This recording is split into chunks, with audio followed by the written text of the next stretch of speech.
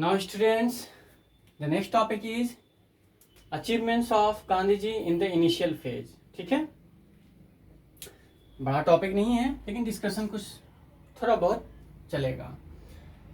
हाँ, ये अलग बात है कि इसमें से 3 पॉइंट जो है तीनों के तीनों अपने आप में बहुत इंपॉर्टेंट है on behalf of question as well as map के लिए भी ये क्वेश्चन पूछे जाते हैं. तो चलो हम लोग पढ़ते हैं. जब गांधी जी भारत आए 1915 में, फिर भ्रमण के लिए निकल रहे थे, इधर उधर भी जा रहे थे. उसी क्रम में 1916 में लखनऊ में, याद रहे लखनऊ जो अभी कैपिटल सिटी है उत्तर प्रदेश का, तो ये लखनऊ में कांग्रेस का सेशन हुआ. जो सेशन, कांग्रेस सेशन कहने का मतलब कांग्रेस हर साल दिसंबर में एक सेशन यानी एक मीटिंग बुलाती थी, कॉन्फ्रेंस बुलाती थी, जिसमें उनके बड़े बड़े नेता पहुंचते थे.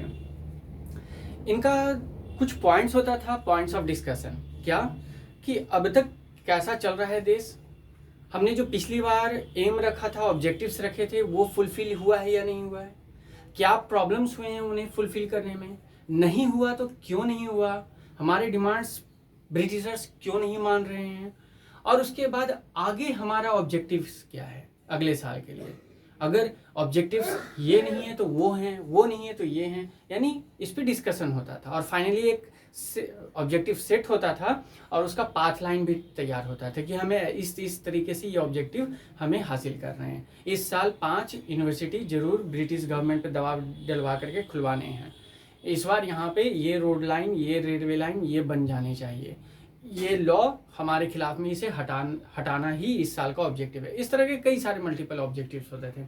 इनफैक्ट उनके आपस में टकराव भी होते थे, क्योंकि कुछ लोग मानते थे कि आसानी से ये अपील करके किया जा सकता है, कुछ लोगों का मानना था कि नहीं, हमें ज़्यादा प्रेशराइज करना चाहिए ब्रिटिश गवर्नमेंट को. तो उसी तरीके से कांग्रेस का सेशन, याद रहे, हर साल दिसंबर के महीने में ये फिक्स रहता था. मिड टर्म सेशन भी होता है, कभी कभी इंस्टेंटली ज़रूरत पड़ गया कि नहीं अभी हमें एक सेशन बुलाना है, तो अप्रैल में भी हो सकता है, अक्टूबर में भी हो सकता है, नवंबर में भी हो सकता है, सितंबर में भी हो सकता है. तो इस तरह के कई सारे मिड सेशंस के बारे में भी आपको पढ़ने मिलेंगे, यानी साल के अंदर 2-2 सेशन हो जाएगा.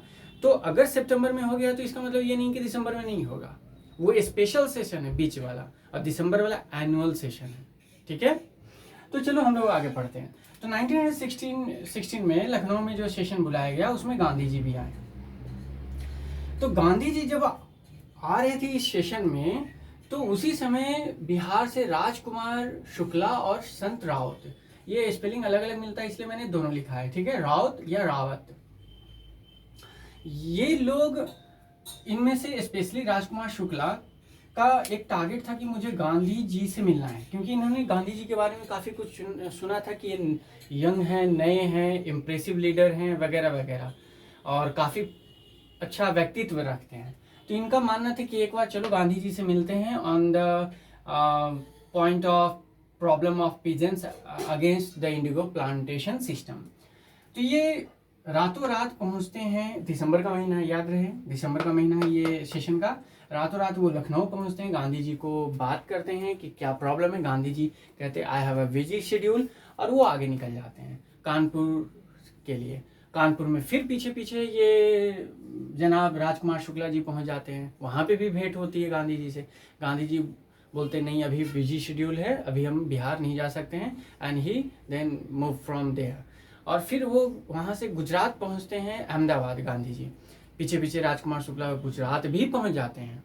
अब ये देख करके कंस्टेंटली कि ये इंसान मेरे पीछे पीछे किसी वजह से ही है लगातार, गांधी जी उन्हें आश्वासन देते हैं कि नेक्स्ट ईयर यानी 2017 का जो ईयर है उसमें अप्रैल में एक कांग्रेस का मिड सेशन होने वाला है कलकत्ता में.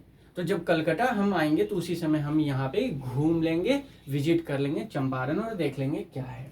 तो इसी कारण चूंकि उनका मुलाकात 16 में हुआ था और उसी समय से ये मूवमेंट का शुरुआत मान लिया जाता है, इसलिए गांधी जी जबकि 17 में 10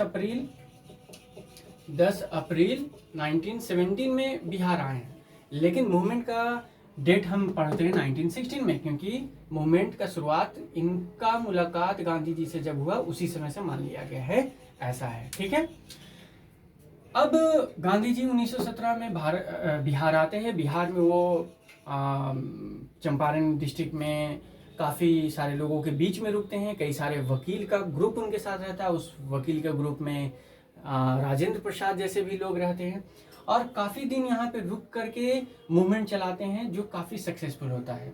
बेसिकली एक प्रॉब्लम था यहाँ के प्लांटर्स के साथ कि इन्हें काफ़ी ज़्यादा टैक्स के रूप में देना पड़ता था और साथ में इंडिगो एक बार जब आपने ज़मीन पे लगाया it means the land will become unfertile, वो ख़राब हो जाती है।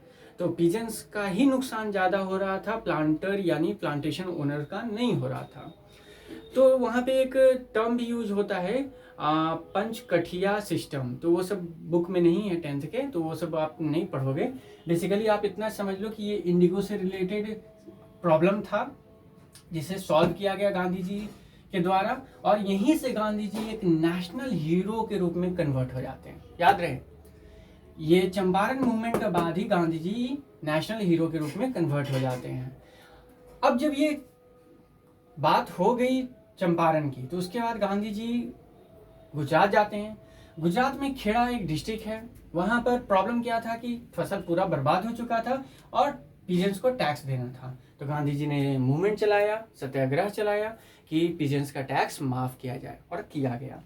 फिर गुजरात के अहमदाबाद शहर में गए जहाँ पे कॉटन मिल के लोगों ने, वर्कर्स ने उन्हें आमंत्रित किया था।